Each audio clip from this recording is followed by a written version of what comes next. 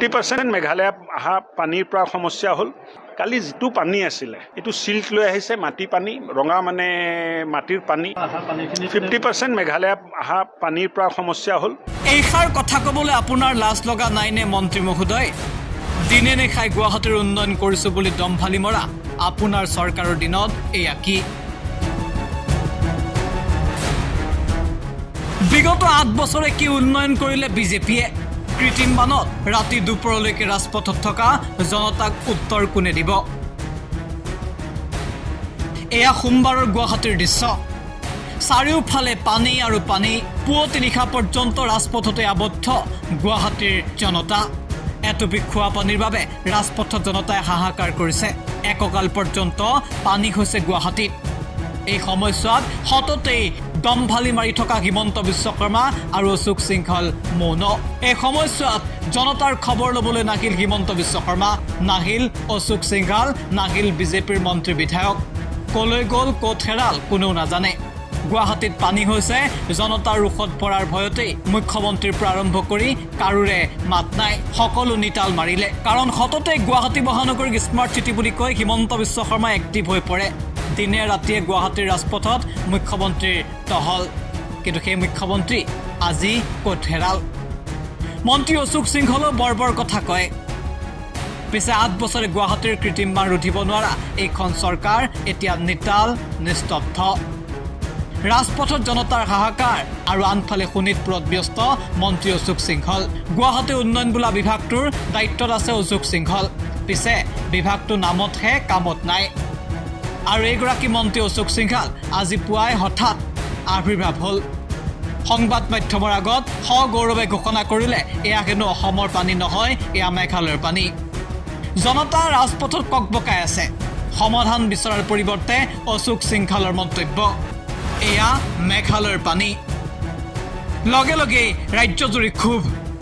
পানী কৰ সেয়া গুৰুত্বপূৰ্ণ নহয় সমাধান কেতিয়া সেয়াহে গুৰুত্বপূৰ্ণ কিন্তু মন্ত্ৰীয়ে নুবুজে মন্ত্ৰীক বুজাব কোনে মন্ত্ৰীয়ে কোৱা কথাষাৰ শুনিলে আপোনাৰো নিশ্চয় খং উঠিব যদি ৰাজপথত আপুনি পুৱতি নিশালৈকে আবদ্ধ হৈ আছিল মানে মেগনিটিউড যেটো আছে তাত আমি বিফল হৈছো যেটো পৰিমাণৰ পানী আহিছে এটো হ্যান্ডেল কৰিব নোৱাৰো আমি 50% মেঘালয় অহা পানীৰ পৰা সমস্যা হ'ল কালি যেটো পানী আছিলে এটো সিল্ট লৈ আহিছে মাটি পানী ৰঙা মানে মাটিৰ পানী 50% মেঘালয় অহা পানীৰ পৰা সমস্যা হ'ল কিয় পানীৰ কালাৰ সিটিৰ পানী যেতিয়া থাকিব পানীৰ কালাৰটো কলা থাকিব সিটিত যদি নলা নৰ্দমাৰ পৰা পানী ওলাই এক পানীৰ ৰংটো কলা থাকে কালি যেটো পানী আছিলে এটো সিল্ট লৈ আহিছে মাটি পানী ৰঙা মানে মাটিৰ পানী তাত দেখাতে মানে গম পাই যে গুৱাহাটীৰ পানী নহয় বাহিৰৰ পৰা পানী আহিছে মানে মেগনিটিউড যেটো আছে তাত আমি বিফল হৈছো যেটো পৰিমাণৰ পানী আহিছে এটো হ্যান্ডেল কৰিব নোৱাৰো আমি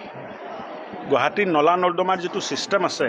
এটো এটা ভলিউম কনসিডাৰ কৰিব নোৱাৰা হৈছে 1.5 ঘণ্টাত যদি 136 mm পানী হয় সানমাৰীত 136 mm পানী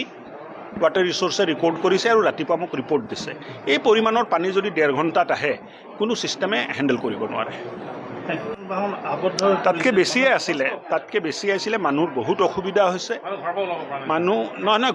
ঘৰ যাব পৰা নাই বুলি কক ওলাব পৰা নাই ৰাতি মানুহে ঘৰ যাব পৰা নাই আনকি মানুহ 12টা বজাতো ঘৰ পাইছে 1টা বজাতো ঘৰ পাইছে মই দুখিত যে এই ঘটনাটো হ'ল কিন্তু প্ৰকৃতিৰ লগত তো যুঁজিব নোৱাৰি পানীৰ যেটো পৰিমাণ আছিলে আৰু নাই মেঘালয়ৰ পৰা যেটো পানী আহিলে এটোৱে গোটে অনিষ্টটো কৰিলে না কাম যথেষ্ট হৈছে নাই হোৱা বুলি মই নকওঁ কিন্তু এই মানে পানী যে মেঘালয়ৰ পৰা আহে মেঘালয়ৰ পানীক আমি এতিয়ালৈ কন্ট্ৰোল কৰিব পৰা নাই সমষ্টিৰ বাহিৰত নাই সমষ্টিৰ ভিতৰত আছো গুৱাহাটীত নাই যোৱাকালি ৰাতি 2টা বজালৈ আমি ৰিভিউ কৰিলো গুৱাহাটীৰ বানপানীৰ যোৱাকালি যেটো বানপানী হ'ল কালি 1.5 ঘণ্টাত 136 mm এটো 5.5 ইঞ্চিৰ ওচৰা ওচৰি 1.5 ঘণ্টাত বৰষুণ হ'ল এই বৰষুণৰ যেটো পৰিমাণ এই যেটো পানীৰ পৰিমাণ এই পানীটো গুৱাহাটীৰ নলা নৰ্দমাই টানিব নোৱাৰে এই কাৰণে পানী ৰাস্তাৰ ওপৰত ৰৈ গ'ল আৰু কালি গুৱাহাটীত যেটো পানী আমি দেখিলো এই পানীৰ পৰা ইফেক্টেড হৈছিল দিছপুৰ সাৰ্কেল দিছপুৰ মোজা যেটো আছে বা দিছপুৰ সাৰ্কেল যেটো আমি কওঁ দিছপুৰ সাৰ্কেল অফিচাৰৰ আণ্ডাৰত যিখিনি এৰিয়া এই এৰিয়াবোৰ পানীত প্লাবিত হৈছিল তাৰ কাৰণটো হ'ল যে আধাতকৈ অধিক পানী মেঘালয়ৰ পৰা আহিলে মেঘালয়ত USTM ইউনিভাৰ্চিটি হ'ল, DPS স্কুল হ'ল, পাহাৰবোৰ কটা গ'ল আৰু এই পানীবোৰ বাগৰি এতিয়া গুৱাহাটীত সোমাই যায়। তেনেকুৱা এটা মই মন জাতিটো মানে একদম খাটাংকেতো ক'ব নোৱাৰিম, কিন্তু মোৰ এইটো উপলব্ধি যে কালি নেশ্যনেল হাইৱেত যিখিনি আমাৰ ইঞ্জিনিয়াৰ আছিলে বা যিখিনি অভিযন্তা আছিলে, অফিচাৰ আছিলে, তেখেতসকলে ক'লে যে য'ত আমি ব্লক লগাইছিলোঁ পানীটো নেশ্যনেল হাইৱে বাগৰি IS কলনী ছাইডত আহিলে, ছায়েন্স মিউজিয়ামৰ ছাইডত আহিলে, তাৰপৰা গোটেই পানীটো বাহিনী আৰু GS ৰোডত বিয়পি গ'ল। দীৰ্ঘম্যাদী পৰিকল্পনা লৈছোঁ, নাই লোৱা নহয়। এই মেঘালয়ৰ পৰা অহা পানীটো শিলচাকু আৰু দীপৰ বিললৈ ডাইভাৰ্ট কৰাৰ এটা পৰিকল্পনা চলি আছে, DPR হৈ আছে মই ভাবোঁ। পিছে অশোক সিংঘালে এইদৰে কোৱাৰ পাছত আপুনি কি ক'ব সেয়া কমেণ্টত লিখি দিয়ক। নিউজ ডেস্ক, এনি টক্স।